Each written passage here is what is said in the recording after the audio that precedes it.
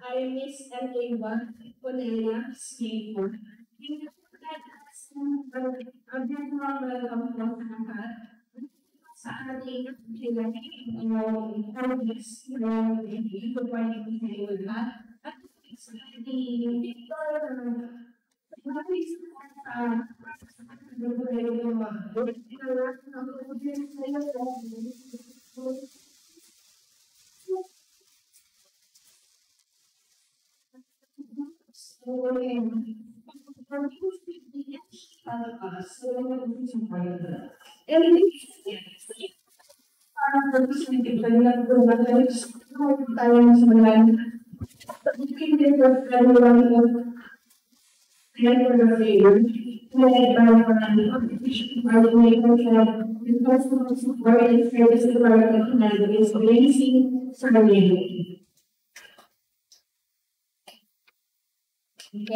let's go ahead. You the blessings of our Lord God. Let's pray. His souls are nice. Father God in heaven, we thank you for your Diyos sa oras na ito. We glorify you, Panginoon. Na natin po yung gusto. Pagtindi mo na ito, Panginoon, ikaw mamunay, ikaw aming masamba. And then ikaw, Panginoon Diyos, na ikaw bigay ng wisdom sa aming mga doktor, sa Dr. Makatangay, Panginoon, na mag-roto yung lahat ng kanyang kaalaman upang ibahagi sa amin kung saan kami ng kaalaman. Dahil ito, Panginoon, ako out ng aming doktor. Ito, Panginoon, ikaw pa ang mag-glorify, ikaw mamuna ang mabalan. Dahil ito na mag-bless ko namin kayo. Paano sa madalangin, sa matapos ng pangalan ng Panginoon Jesus. Amen.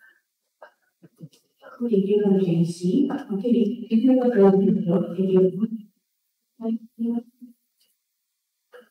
and to begin our program, I am listening to the Asia, the medical special service, customer service experience for service station manager, Ms. Rosalina Pinaganda. Good morning, what are we see, maybe I don't know why you was on. Everybody is the morning, that's in my government. And speaking about our recent many open. Thank you for your time, everyone. This morning is about adult vaccination. So, sinabi ko, para buwan vaccination.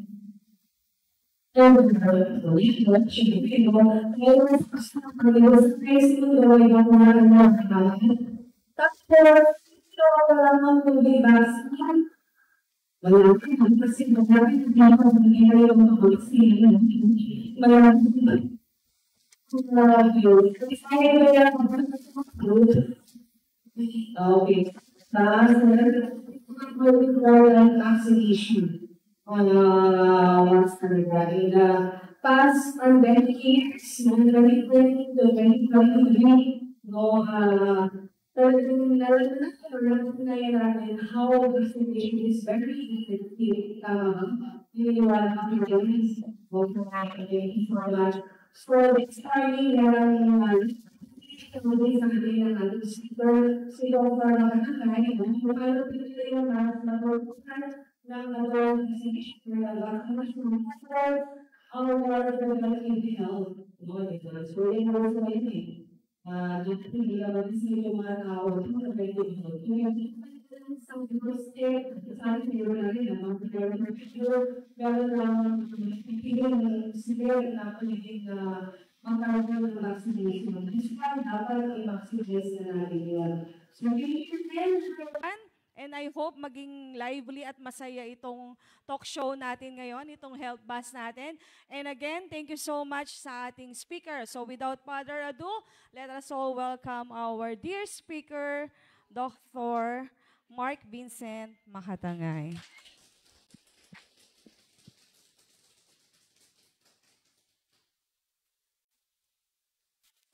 So, magandang umaga po. Thank you po for that introduction. Sorry, hindi din ako well-versed in speaking in front of a crowd, but sige. So, this is Vaccine 101, no? So, general information about mga bakuna. Hindi sobrang detailed, pero madidiscuss naman natin yung mga important ones and yung mga routine, especially for the adults. So, sige po, let's start. So sige, a few terms lang, no? So immunity, so protection natin to laban sa sakit. So ito, innate sa katawan ng isang tao. Vaccine o bakuna, isang preparasyon na binibigay para mag-produce ng more immunity para labanan natin ang mga sakit. So ang process ng pagbigay nito ay immunization or ang pagbabakuna. At ang antibodies, kumbaga ginagawa ito ng katawan natin, ito ay mga sundalo para labanan ang mga infection na nagagawa via an infection mismo sa isang sakit or via the bakuna. So, bakuna.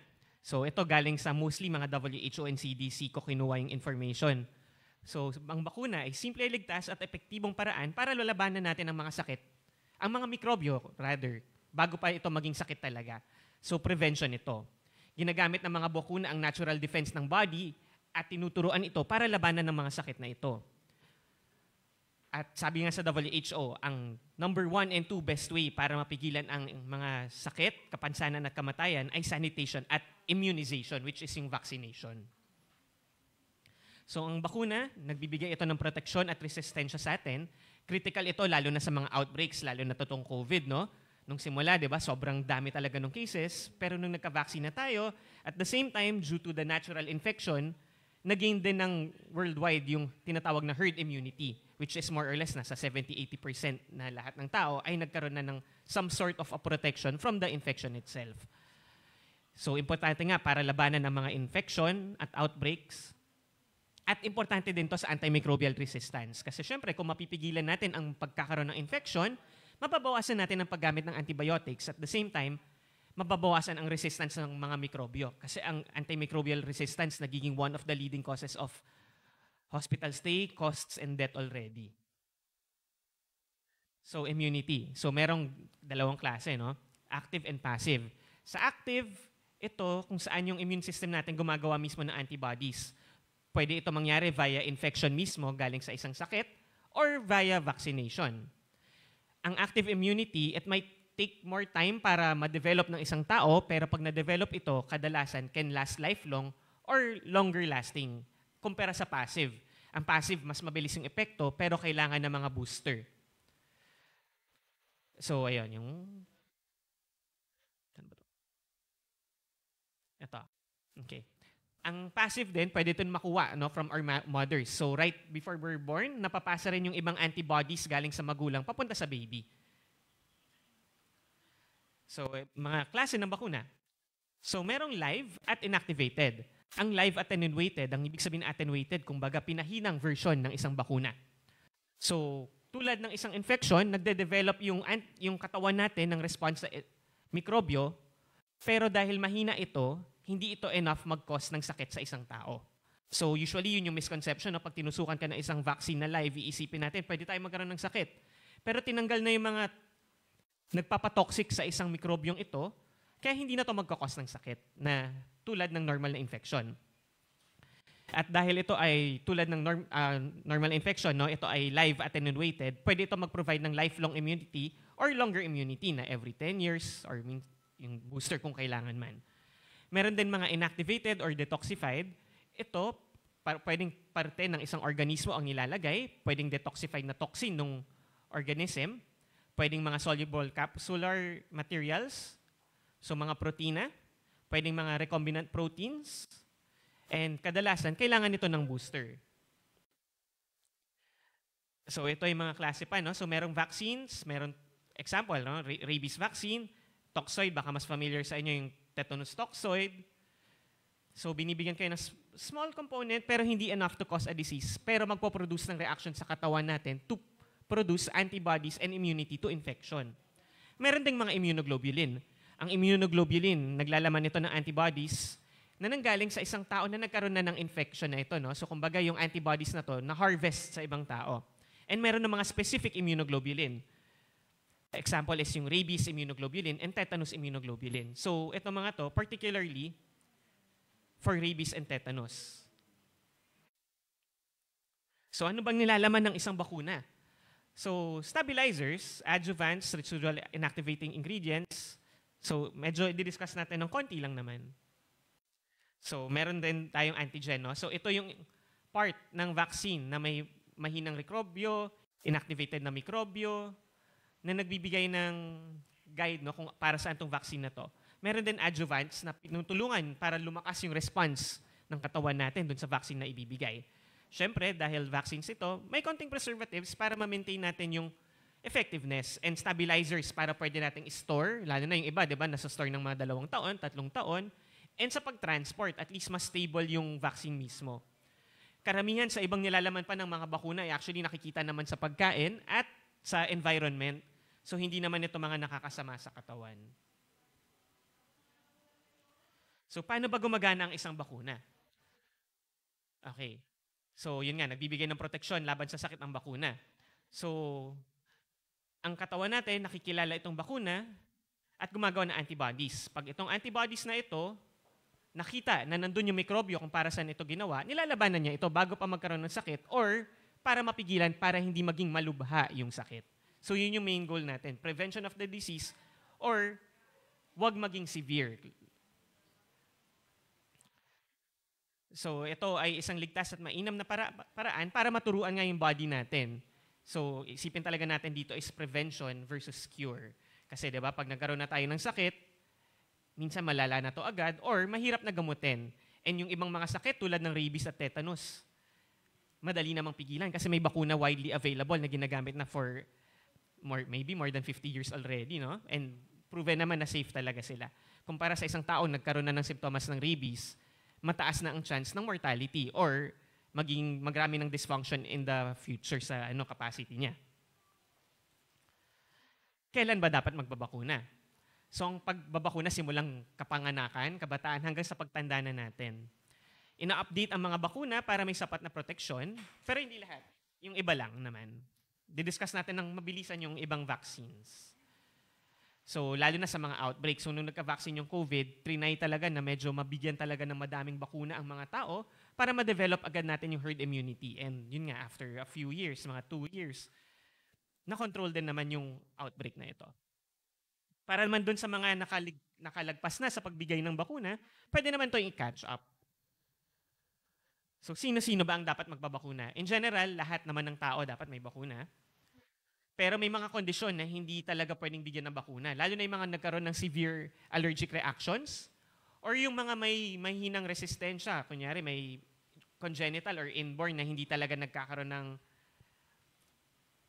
kumbaga yung tinatawag na severe combined immunodeficiency, yung mga ganon, minsan ng HIV, kung hindi ito kontrolado, hindi lahat pwede bigyan ng bakunahan.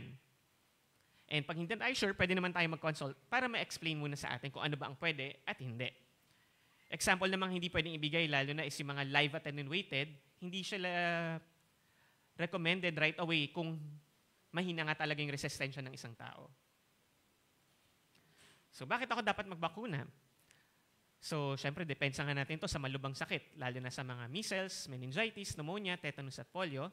And ayon sa WHO, lagpas 4 million na bata kada taon ang naliligtas ng mga bakuna.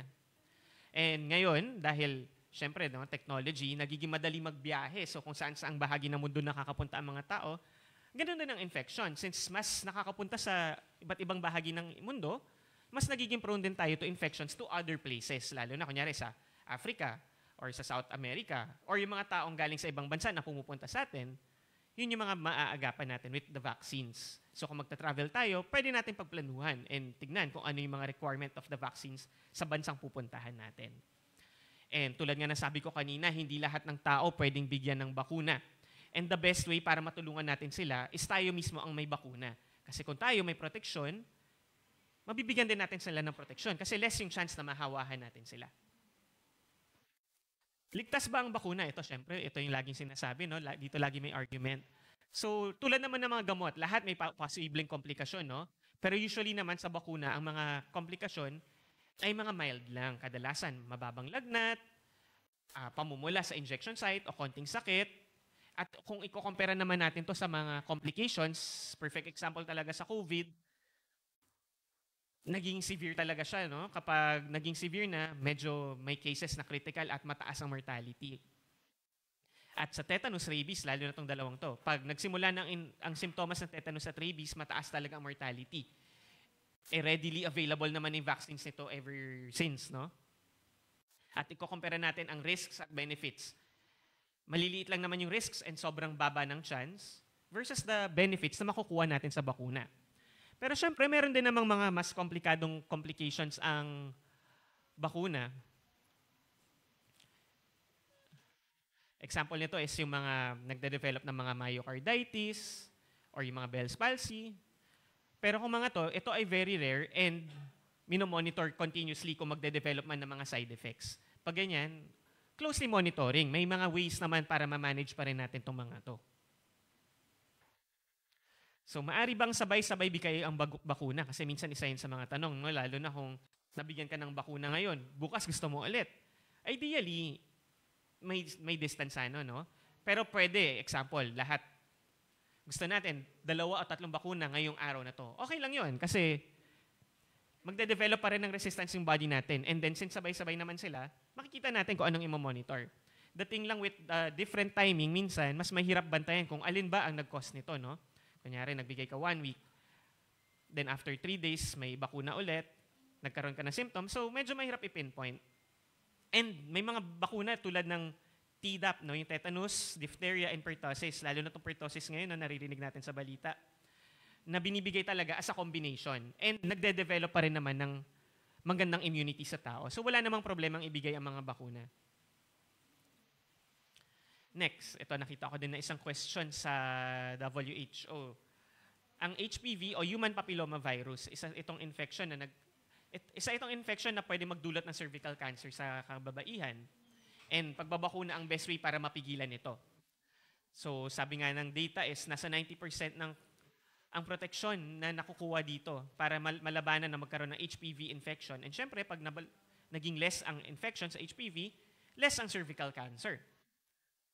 And ito, as early as 9 years old, actually, nire-recommend na. No? Pag 9 years old to 14 years old ang isang babae, 2 dose ng HPV. Pero pag naging 15 hanggang 26, magiging 3 doses yan. May short discussion pa yun later. At actually, binibigay din to sa mga lalaki, no, for added protection. Kasi syempre, nagkaka-genital warts din ang mga lalaki. And at the same time, it gives protection. So kung carrier, less chance na magka-infection yung lalaki, less chance na mahawa din niya yung babae sa future.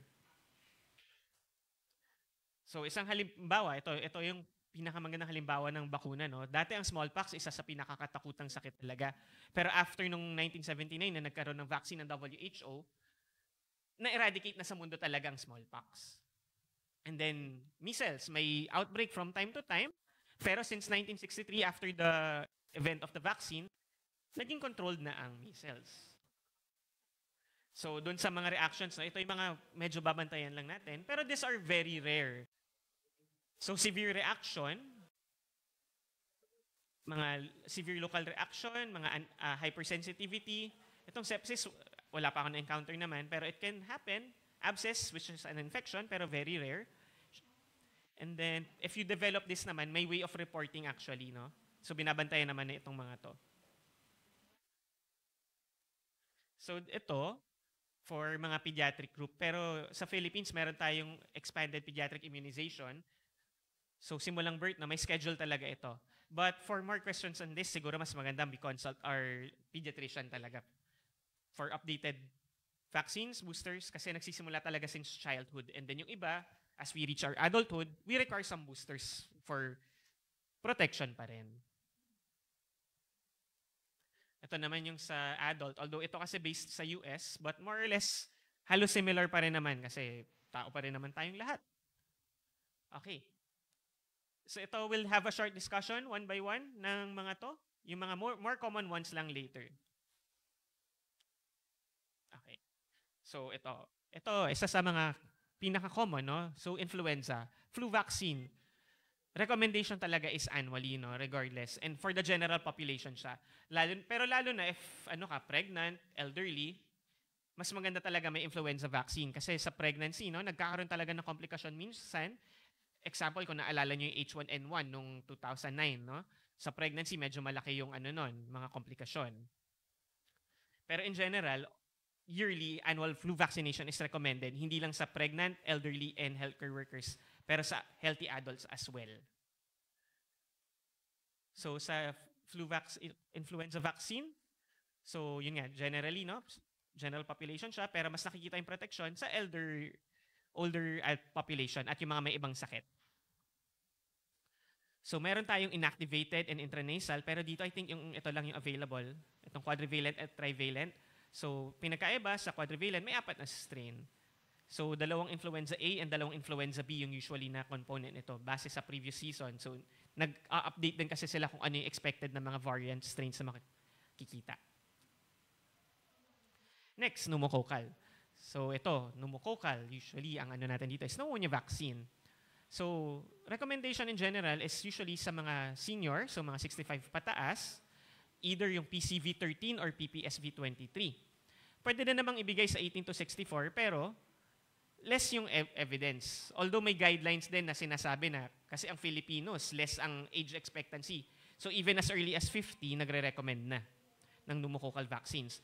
Or dun sa mga may sakit na, kunyari, nagdadialysis, yung mga pasyente may HIV, pwede rin yun, no? So depende yung scheduling nito. So ito, ang PCV actually mas nagbibigay ng protection laban sa mga malulubhang pneumonia kumpara sa PPSV23. Itong PPSV23 isa itong polysaccharide vaccine. Tapos itong PCV13, conjugate vaccine. Pwedeng any of the following can be given, although kung titingnan natin, medyo mas may konting advantage siguro ang PCV13 muna, followed by PPSV23. Non-inferior in terms of immunogenicity.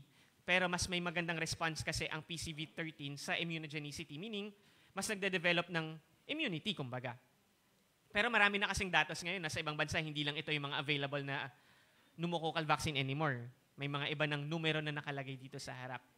Pero kung magbabakuna tayo dito, kung pwede, actually, preferably PCV13 muna. After 1 year, we give PPSV23 kung senior na tayo. Kung hindi naman at bata pa tayo, nabigyan na tayo ng PCV13 agad. Kunyari, 50 years old, na PCV13 ka na.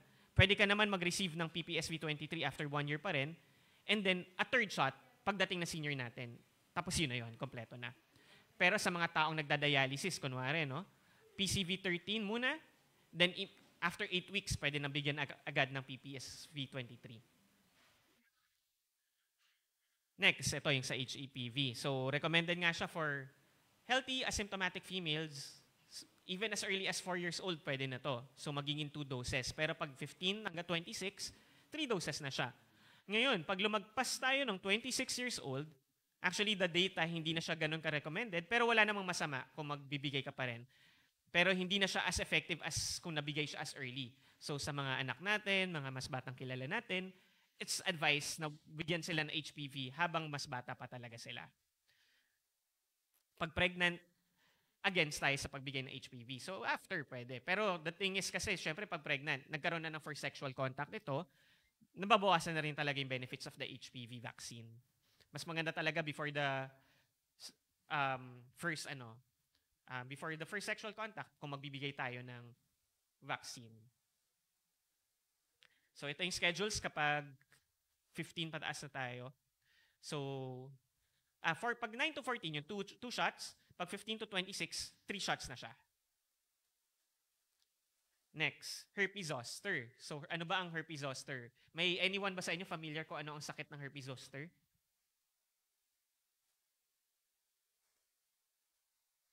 Shingles, okay.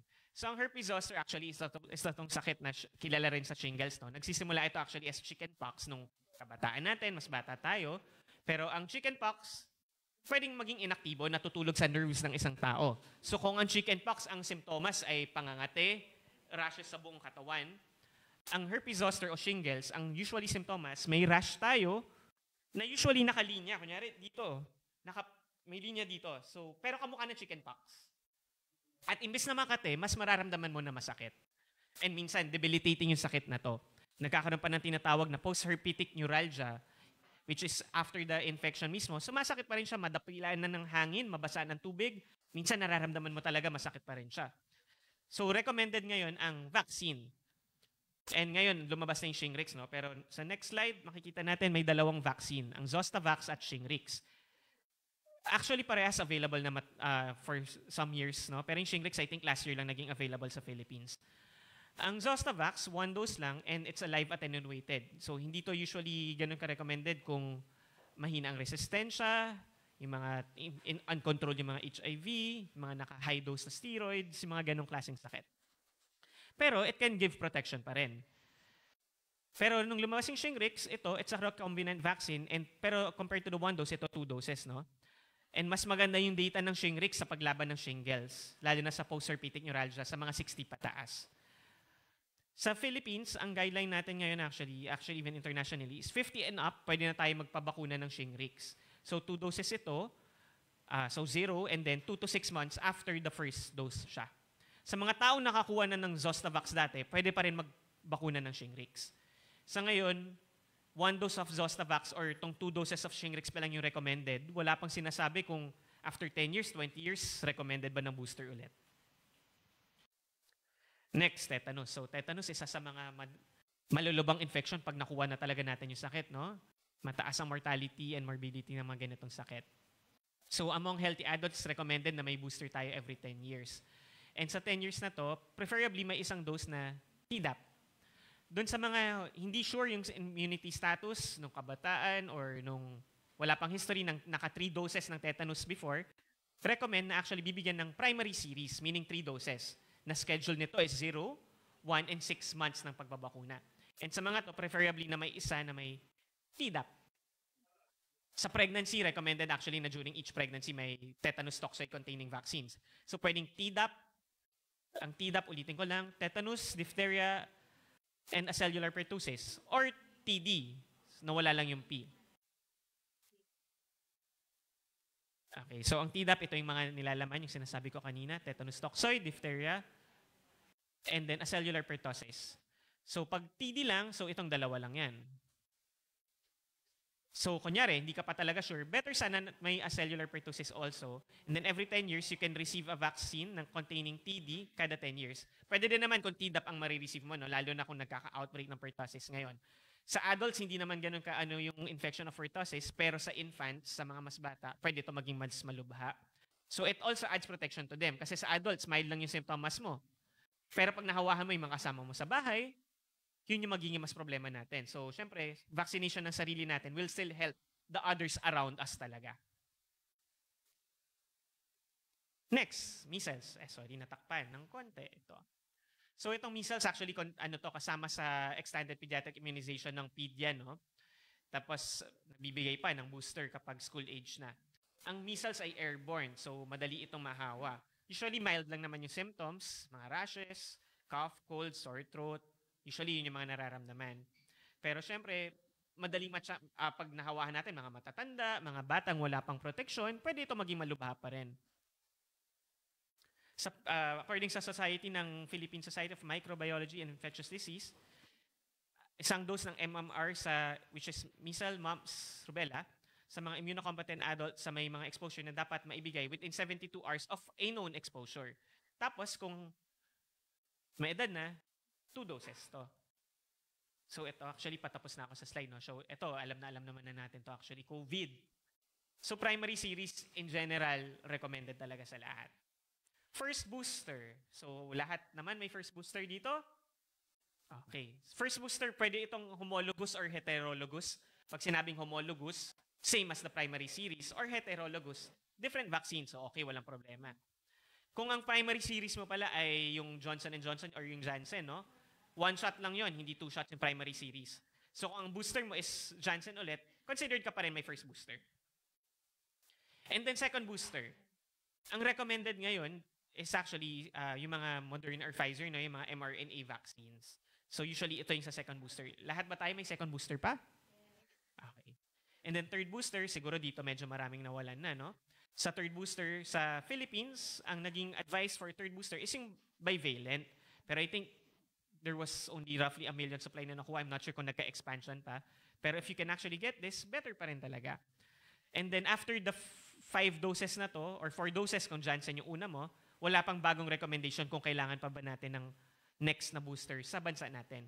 Although in other countries, I think meron na silang mga bagong guidelines about this. Okay, so ito just a quick discussion sa iba pang mga available na bakuna. Lalo na pag nagta-travel, no? So hepatitis A. Ang hepatitis A, nakaka-cause ng infection to sa pagkain, no? So usually maganda. Kung food handlers tayo, better kung may hepatitis A vaccine tayo. Hepatitis B, ito mga bloodborne, sexually transmitted. So as healthcare workers, maganda may updated rin yung hepatitis vaccine natin na to, itong B. Nache-check yung titers natin ito, yung anti-HBs, no? So siguro kung napansin nyo, before employment, usually sine-check up naman to. And then kung mababa, pwede mag-recommend ng vaccine, lalo na kung high risk yung job natin. Meron din combination ng hepatitis A and B. Meron din Japanese encephalitis, ito actually common din to. Para din itong dengue, no, in terms of mosquito din yung nagtatransfer. Eh. So some countries require Japanese encephalitis vaccine. So kung magta-travel tayo and mag-work abroad or immigration or long-term staying, better siguro to clarify ano yung mga requirements na vaccine. Meningococcus, meron tayong dalawa nito, yung B and then yung Menactra. Okay. Usually naman ito sa mga immunocompromised na tao or minsan sa pediatric kasama ito, pero sa mga tinanggalan ng spleen or yung ibang immunocompromised, recommended talaga ang meningococcus. Next, ang typhoid. So, ang typhoid, parang hepatitis A, fecal-oral ang transmission, no? So, sa pagkain, sa tubig, may oral actually na vaccine ito. Kung oral vaccine tayo, every 5 years, nire-recommend ang vaccination kung continuous ang risk. Pero kung good hygiene, sanitation naman tayo, and yung place where we live in, hindi naman high risk yung area, hindi naman siya required right away. Pag yung IM, yung ini-inject, every 2 years naman if consistent, persistent yung risk. Meron ding yellow fever, so ganun din. Medyo similar din to the Japanese NSF. And kung persistent na every 10 years, may risk tayo, recommended ang booster. We also have cholera vaccine, oral, 1 dose lang din. Walang specific recommendation kung kailangan talaga ng booster for this. Pero kung continuous yung exposure and risk natin, every 6 months kung pwede. And then tick-borne encephalitis, so ito, usually sa mga Africa or South America countries, kung travel tayo. So ito, natatransmit via, kumbaga, mga garapata, no? So actually, yun na yun. So again, ito talaga, prevention is better than cure. And hindi lang siya sa health natin, no? Marami pa. Kasi cost-effective siya, matutulungan natin yung tao sa kapaligiran natin, and as mentioned earlier, yung antimicrobial resistance, matutulungan nating mabawasan, which will lead to better healthcare management sa future. Yun lang po. Ito po yung mga references ko.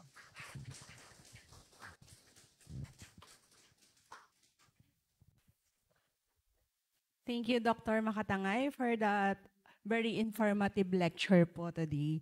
So, introduce ko lang si Doc, medyo napabilis po tayo. So, our guest speaker today po, he completed his doctorate degree in medicine at the University of Santo Tomas, Faculty of Medicine and Surgery, and he also served his residency in internal medicine and also completed his IM in infectious disease fellowship at Makati Medical Center. Tama, Doc? And ngayon, glad tayo na he is one of our EMSHI infectious disease consultant. Yan. Palakpakan naman natin si Doc. Thank you, Doc, sa time po ninyo para po makapag-lecture po ngayong umaga at ma-share po yung mga tungkol po dun sa ating topic ngayon, dun sa sinaselebrate natin na World Immunization Week. At yun nga po yung Immunization 101. So sa mga FB Live audience po natin yan, hello po. So pwede po tayong magkaroon ng question. Kung may mga questions po kayo, pwede po ninyong i-type sa ating, yan, type po sa FB po natin.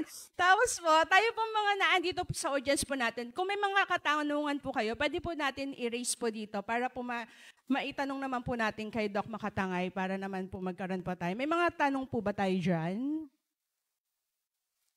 Questions sa ating FB Live? Wala pa bang nagtatanong? So, ano na lang, so ito lang, dagdag lang or ano lang po. Acknowledge ko lang din po yung presence po ng ating Assistant Medical Director, Dr. Jackie Evangelista. Dr. Jackie Chan Zamora. Dr. Jackie Evangelista. Sorry, Doc. Dr. Jackie Chan Zamora. Ayan, so kinakabahan talaga ako. First time ko po kasi na humarap sa inyo sa basketball lang po kasi ako nag-host before sa mga sports fest po natin. So ngayon po, isang karangalan po na makapag-host po sa ganito, sa MC Health Bus. Okay, yan. Ano? Kapa. Ay. Bigyan naman natin ng mic si Doc. Isa po. Kasi may tanong ako, Doc. Kasi may nabasa po ako sa, ako talaga yung nagtanong. Hindi, na-curious lang kasi ako, Doc, dun sa, nabasa ko sa FB na na-share ng friend ko. Meron pong insidente ngayon sa Facebook na yung bata, na, ewan ko po kung familiar po kayo dito, is, nakagat siya ng aso, February, tapos naidaing niya sa parents niya ng mga April na. So, namatay yung bata. So, nalungkot lang ako dun sa story. So, para lang magkaroon ng awareness po, Doc, yung kapag nakagat ng aso, especially kasi pag mga bata, di ba natatakot sa parents na magsumbong kasi papagalitan pa sila. Tapos yung mga nakalmot ng aso, nakalmot ng pusa. Paano po ba yun, Doc? Kasi kung need na po ba talaga na mapabaksin po sila agad? Kailan po? Ayun po. Yung tanong ko po. Hello, okay. Salamat sa question. Okay. Okay. So, sige. So, sa rabies, actually, the best time talaga na pabakbukanahan right after sa rabies is right after the exposure. So, kunyari, pero may categories kasi yan eh. May category 1, 2, or 3. So, irarank natin kung alin sa categories ang exposure natin sa rabies. So, kung tayo walang previous vaccination and nalagay sa category 1 actually, you just clean the wound, no? Usually, category 1, wala kang makikitang scratch, abrasion, more on intact skin talaga siya. Pero pag tayo naging category 2 ngayon, depende din yan sa lokasyon. Lokasyon, kung nasa mukha, category 3 agad yan. Kasi ang rabies, dumadaan sa nerves. So ang mukha natin, malapit na sa brain natin yan. So ang ikli na ng ita-travel. So nagiging category 3 agad siya. Kahit maliit na ganun, galos lang yan. Kumpara sa isang mas malaking galos na makikita sa paa. Sige, babalik ko muna dun sa natanong. Sorry, napapalayo na yung topic. Okay. Pero to answer the question, the best time to receive rabies vaccine is right after the exposure. Kung hindi kaya same day, better at least the next day or the next 2 days. Ang pinaka-importante is mabigay yung rabies vaccine bago mag-develop ng simptomas ang isang tao. Kasi pag develop na yung simptomas yung isang tao, hindi na vaccine ang kakailanganin natin doon. Okay? Kasi nga vaccine is prevention.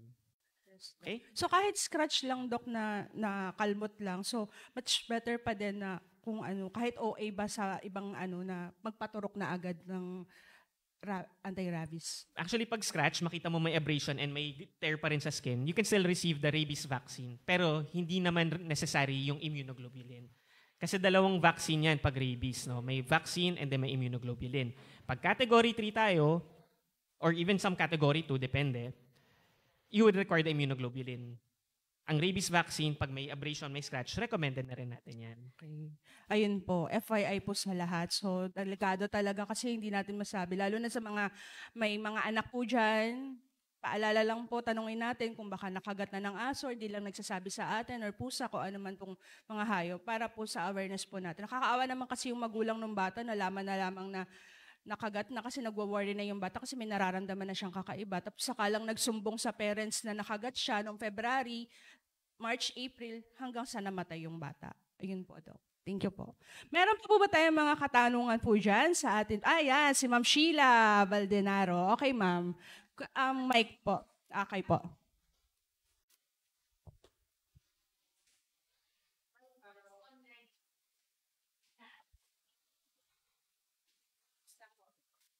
Meron po kasi kaming alagang aso sa bahay po.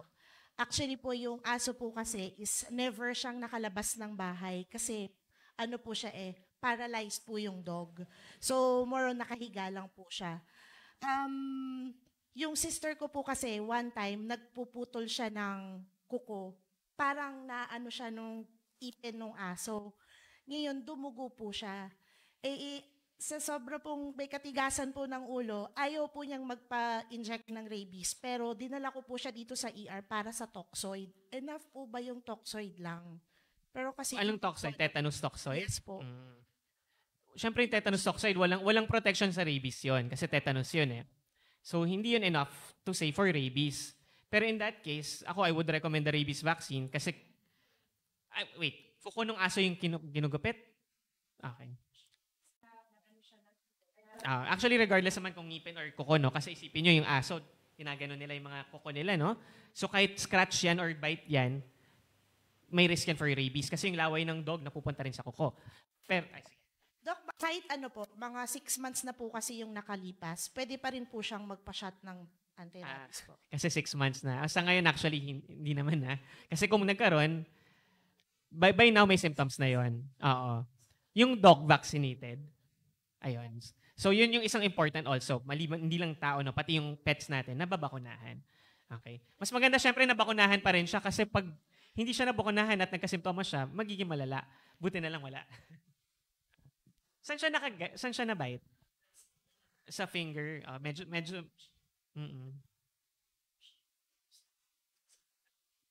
Okay. Buti na lang hindi siya nagkaroon ng rabies talaga. Okay. Thank you, Doc. May question pa po? May Ma'am Erica? Sino pa po? May question pa po tayo dito? Doc Jackie. May question.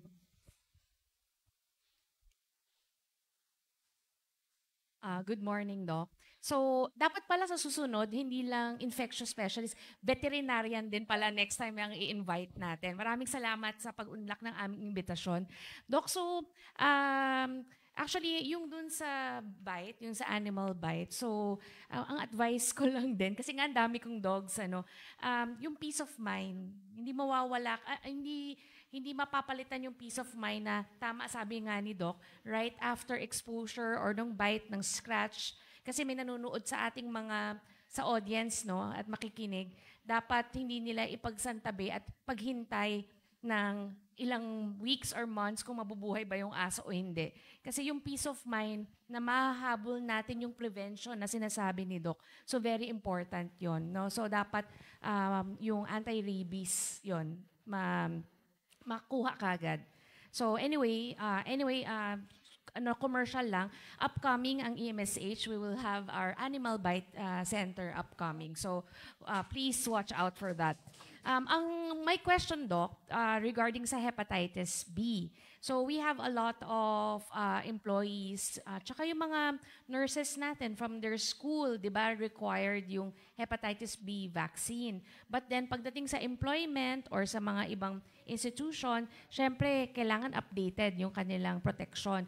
Ang question ko is it economical na, for example, nakapag 4 years upon graduation, na mag-test pa tayo nung titer or diretso na tayo dun sa vaccination? Kasi yung testing pa lang sa titer, mahal na eh.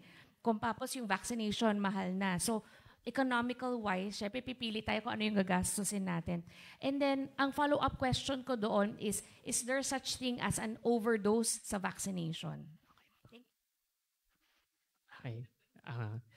Thank you, Doc. Okay, regarding sa hepatitis B, Doc, I think, well, kasi syempre hindi siya economic-wise, no, it's gonna be expensive na re-retest natin. Pero kasi if your antibody is enough, you don't need the booster anymore. So I think it's still better if you have it check na lang instead of assuming na give it pa rin. Okay? With the dose naman, Doc, wala naman po ako nababasang reports about overdosing unless na siguro sobrang intentional ito ginawa, Doc. Like, ang recommended, 1 every 10 years ginawa mong monthly. Medyo baka mahirap yan, Doc. Or daily. Pero if you follow the recommended schedule naman, Doc, I don't think there's gonna be overdose reporting adverse effects. Okay, may online question tayo, Doc, from Sir Villamir Faral. Kailan po need ng erig? Nakagat ako ng pusa ko sa kamay. I was given anti-rabies PEP and erig. Erig, sorry. So siguro yung in that case, nabigyan siya both. Nabigyan daw po siya. Okay. Maybe for this case, kasi nga, di ba may categories tayo, 1, 2, and 3. Siguro, in-assess dun sa bite center na yon, naging category 3. If it's category 3, both the rabies vaccine and immunoglobulin, yun yung IRIG. Both are recommended if it's category 3. Usually, ang category 3 sa face or yung mga malalalim na sugat. Okay po. May question pa po tayo from our audience, live audience po dito. Hello? Meron pa po? May tanong pa po ba? Ako na lang. Okay, may tanong pala si Sir Henry. Okay. Sisigit ko lang yung tanong kanina dun sa anti-rabies. Just in case po, Doc, no, nakagat siya ng ngayon. Baka lang kasi may mga ganong klase ng tao eh. Na nakagat siya, nagpa-anti-rabies, tapos after wala pang 1 month, nakagat uli. Okay lang po ba na magpa-anti-rabies pa? Okay. Sa rabies, actually, may protection. Pag within the first 90 days yan, nangyari ulit yung exposure, no need naman to have the redo of the vaccine. Okay. More or less na sa 3 months rabies. pa. 3 months yung effectivity. Malas naman nun. Mag-clinical evaluation mo tayo on this. May question from Ma'am Len. Good morning po, Doc. May question lang po ako kasi hindi ko po alam kung fact po itong naririnig ko. Na sabi daw po, kapag yung pet nyo po ay, kunyari yung cats, ay indoor lang siya, hindi po siya lumalabas. Tapos na-scratch kunyari yung kayo or yung anak nyo. No need na daw po i-vaccine yun kasi hindi naman daw sila gala. Totoo po ba yun? That would be not recommended. Kasi innate yun, So, di ba, even cats naman vina-vaccinate, di ba? Opo. So, pwede pa rin kasi mag-develop ng rabies yun, even if nakatago lang yun sa Kahit house. indoor po siya. Okay, thank you po, Doc. Sorry, Ma'am Da. just to add, pero not all animals, no? Kasi dog, cats, considered as may rabies yan. Pero bites from rats, mga ganon, rodents, hindi required ang rabies vaccine. Ang re-require pag gano'n ang nakakagat is the tetanus vaccine. Kasi syempre kung saan-saan pumupunta yon, kung ano-ano yung kinakagat, pumupunta sa mga soil, sewers, good medium yon for tetanus. Okay po, Doc. Thank you po. Question po? Doc, good afternoon. Dang? Apo.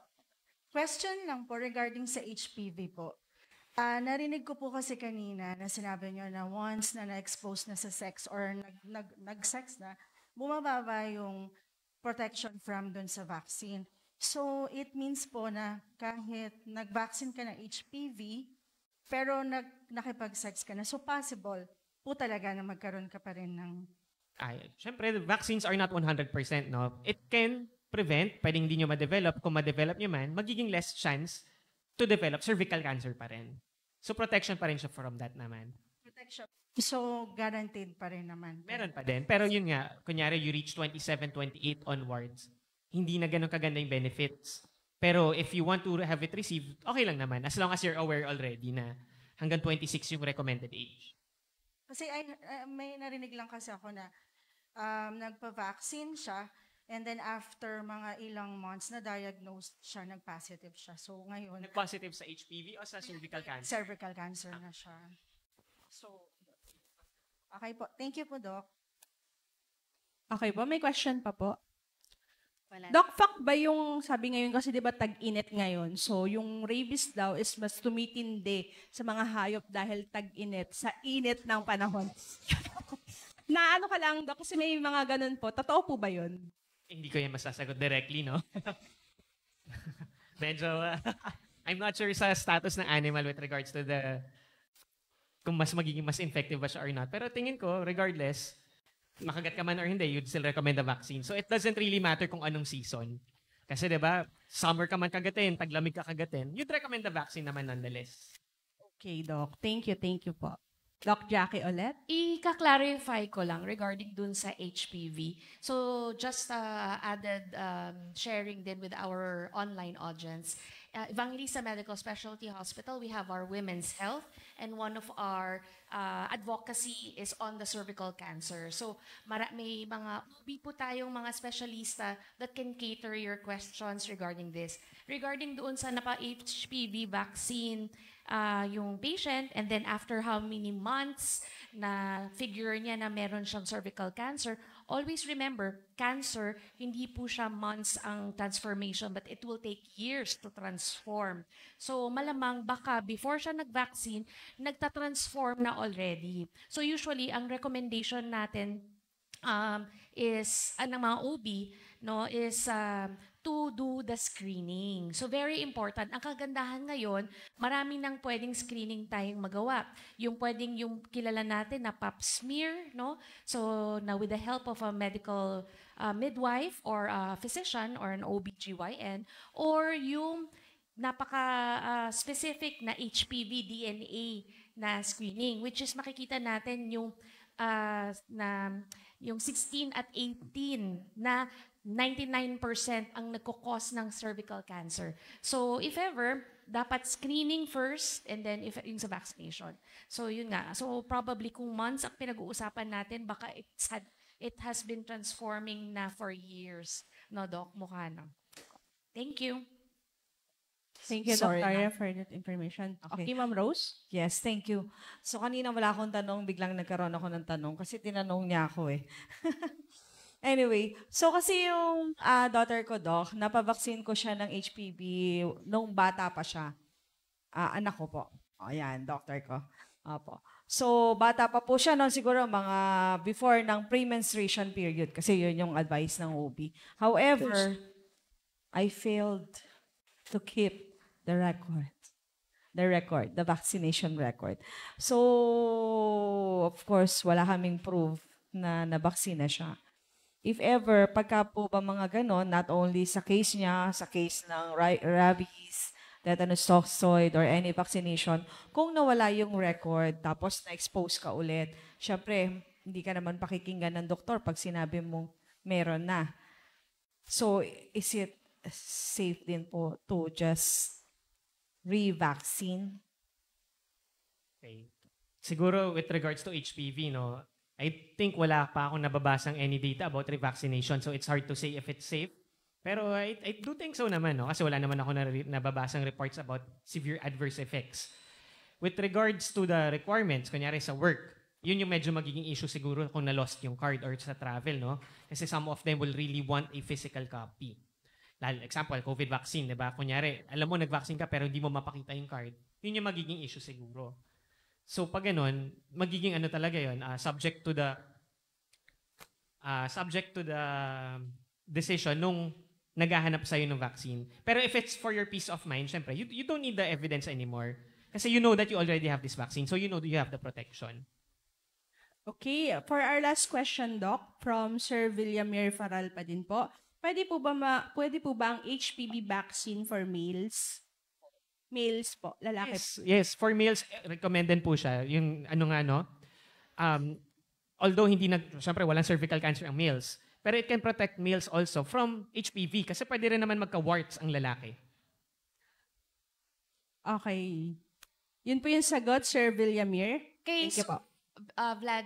Vladimir, sorry. Thank you very much for your question. Vladimir Additional lang, kasi as a ENT point of view naman, yung HPV also, the vaccine will also cover oropharyngeal cancers, which is caused by HPV as well. Remember, Michael Douglas. All right, thank you. Okay, thank you, Sir Vladimir. Sorry po dun sa pangalan na nabanggit ko kanina. Okay, yun lang po ba ang ating mga katanungan? So tapos na po yung ating question and answer. Thank you, Doc Mark Vincent Makatangay, para po sa araw na ito. Salamat po sa oras ninyo. Okay, salamat din po sa ating mga live audience na nag-join po sa atin sa FB. Ganon din po dito po sa ating mga live audience, sa ating mga co-employees po natin. Salamat po. Until our next MC Health Bus. Thank you. Salamat po sa lahat. God bless po. Ingat po.